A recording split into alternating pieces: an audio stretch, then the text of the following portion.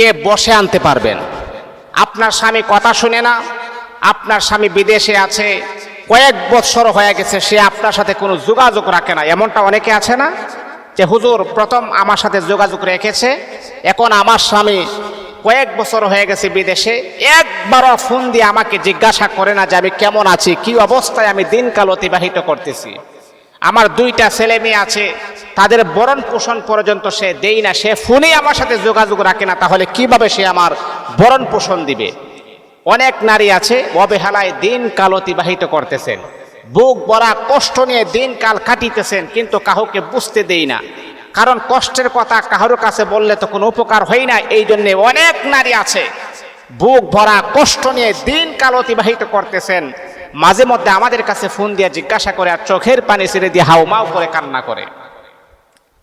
তে মুসলমান বন্ধুগণ, মা বোনদেরকে আমি বলি, স্বামীকে নিজের আয়ত্তে নিয়ে আসেন, স্বামীকে বশ করে ফেলুন, যাতে করে স্বামী আপনার কথা শুনতে বাধ্য হয়। শরীয়ত মোতাবেক, হালালভাবে, ইসলামী তরিকা মোতাবেক আপনি আমলের মাধ্যমে স্বামীকে নিজের আয়ত্তে নিয়ে আসেন। আপনি, কারণ আল্লাহ পাক রব্বুল আলামিন আমাদেরকে এমন কিছু নিজাম, এমন কিছু নিয়ম আল্লাহ পাক তিনি আমাদেরকে শিক্ষা দিয়েছেন, বান্দা তুমি যদি এই কাজগুলা করো তাহলে আমি আল্লাহ পাকের উপরে ধৈর্য ধারণ করে সবুর করে যখন তুমি এই কাজগুলা করবে, আমি আল্লাহ অবশ্যই অবশ্যই তোমাকে উপকার দান করব, তোমাকে উপকৃত করব, তোমার সফলতা চলে আসবে ইনশাআল্লাহ। আসলে আমরা তো সফলতার কাছে আসি না, আমরা বিভিন্ন জায়গাতে আমরা দৌড়াদৌড়ি করি, লাফালাফি করি, কিন্তু আমরা সফলতার দিকে এগিয়ে আসি না, যে কি কাজ করলে আমার স্বামী আমার কথা শুনবে, আমার স্বামী আমাকে পাইরুটি দিবে, আমাকে কেয়ার করবে, প্রাধান্য দিবে, তার ছেলে সন্তানকেও প্রাধান্য দিবে, আমারও খোঁজ খবর নেবে, সেই দিকে আমাদের অবশ্যই কোনো খেয়াল নাই। তাহলে কিভাবে আপনি আমলটা করবেন শুনেন। মনে রাখতে হবে মা বোনেরা, যেই কোনো আমল যখন করবেন কমাস কম আপনাকে 5 ওয়াক্ত নামাজ বাধ্যতামূলক করতেই হবে। অনেকে আছে আমাকে বলে, হুজুর যে আমলগুলো আপনি দিচ্ছেন আমি তো করতেছি, কিন্তু আমি তো কোনো ফজিলত পাচ্ছি না, তার ডাইরেক্ট অ্যাকশন তো আমি পাচ্ছি না। জিজ্ঞাসা করি, মা আপনি কি নামাজ পড়েন? আমি তো নামাজ করি না। আচ্ছা বলেন, নামাজ না পড়লে আপনি যদি দোয়া করেন, দোয়া কি কবুল হবে? আল্লাহ পাকের কাজ যদি না করেন তাহলে কিভাবে আল্লাহ পাক আপনার দোয়া কবুল করবেন? এই জন্য মা বোনেরা শুনেন, যে কোন আমল যখন আপনি করবেন সর্বপ্রথম আমাকে আপনাকে 5 ওয়াক্ত নামাজ পড়তে হবে। 5 ওয়াক্ত নামাজের পরে কিন্তু সেই আমলগুলো আপনি করবেন। ও মা বোনেরা, 5 ওয়াক্ত নামাজ না পড়ে যদি আপনি আমল করেন তাহলে কিন্তু কোনো উপকার আপনি পাবেন না। মনে রাখতে হবে, যে কোনো আমল যখন আপনি করবেন সর্বপ্রথম 5 ওয়াক্ত নামাজ পড়তে হবে। 5 ওয়াক্ত নামাজ পড়ার পরে যেইভাবে, যে নিয়মে আমি আপনাকে বলবো আমলটা করার জন্যে, সেইভাবে আপনি করবেন। আল্লাহ পাক রব্বুল আলামিন অবশ্যই অবশ্যই আমার আল্লাহ তিনি তার বান্দাকে নৈরাশ করবে না।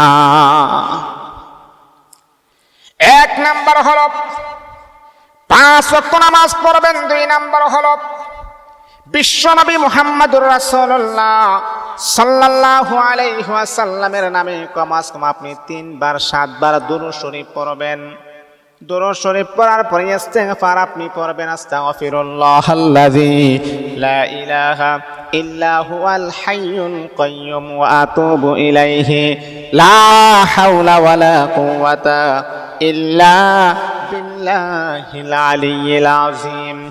এমন করে করে যখন আপনি 3 বার ইস্তিগফার পড়বেন, 3 বার দুরূদ শরীফ পড়বেন, তারপরে আপনি জায়নামাজে বসে আপনি আমলটা আপনি করবেন। আল্লাহ পাক রব্বুল আলামিনের একটি নাম আপনি 300 বার পড়বেন, ইয়া বাসিতু ইয়া বাসিতু ইয়া বাসিতু ইয়া বাসিতু ইয়া বাসিতু। এমন করে কোন আপনি 300 বার পড়ার পরে পানির মাঝে ফু দিয়া পানিটা যদি আপনি স্বামীকে খাওয়াইতে পারেন, অবশ্যই অবশ্যই আপনার স্বামী দেখবেন আপনাকে ভালোবাসার জন্য বাধ্য হয়ে যাবে। আবার অনেক নারী আছে, হুজুর এখন তো আমার স্বামী তো বাড়িতে নাই, বিদেশে আছে, তাহলে কি করা যায়? যাদের স্বামী দেশে আছে তাহলে আপনি আপনার স্বামীকে একটা পানি খাওয়াইতে পারেন, অথবা খাবারের মাঝে ফু দিয়ে সে খাবারটা আপনি খাওয়াই দিবেন। 300 বার ইয়া বাসিতু পরে এই জিনিসের উপর দম করে সেটা আপনি খাওয়াই দিবেন। ইনশাআল্লাহ 3 দিনের ভিতরে দেখবেন সে আপনার আয়ত্ত চলে আসবে। এখন যাদের স্বামী প্রবাসে আছে, বাহিরে আছে, তারা তো এই আমলটা করতে পারবে না। না, নৈরাশ হওয়ার কোনো কারণ নাই। মা, আপনিও 300 বার পরে স্বামীর ছবির মাঝে আপনি ফু দিবেন আর বলবেন, আল্লাহ, আমি তো হারাম ভাবে রিলেশন করি নাই, আমার স্বামীর প্রকৃত ভালোবাসা পাওয়ার জন্য আমি সেই কাজটা করতেছি। আল্লাহ, আমার স্বামীর প্রকৃত ভালোবাসা আমার অন্তরে তুমি জাগ্রত করে দাও, আর আমার স্বামীর ভালোবাসা আমাকে দাও, আমার ভালোবাসা আমার স্বামীকে তুমি দিয়া দাও।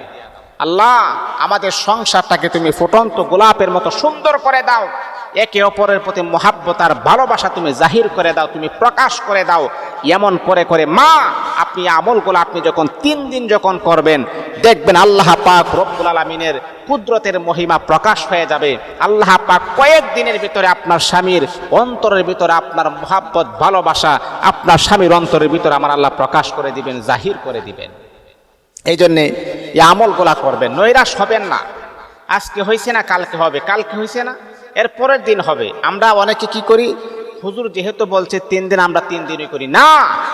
যতদিন পর্যন্ত আপনি এটার বাস্তব রেজাল্ট যতদিন পর্যন্ত আপনি না পাবেন, ততদিন পর্যন্ত আমলটা চালিয়ে যান।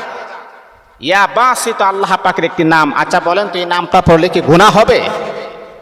দরুদ শরীফ পড়লে কবিরা গুনাহ হবে? ইস্তেগফার পড়লে এটা তো আরো ভালো।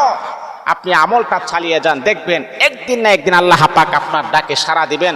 আপনার স্বামী আপনার আয়াত্ত চলে আসবে, আপনার বসে চলে আসবে, আপনি যা বলবেন তাই শুনতে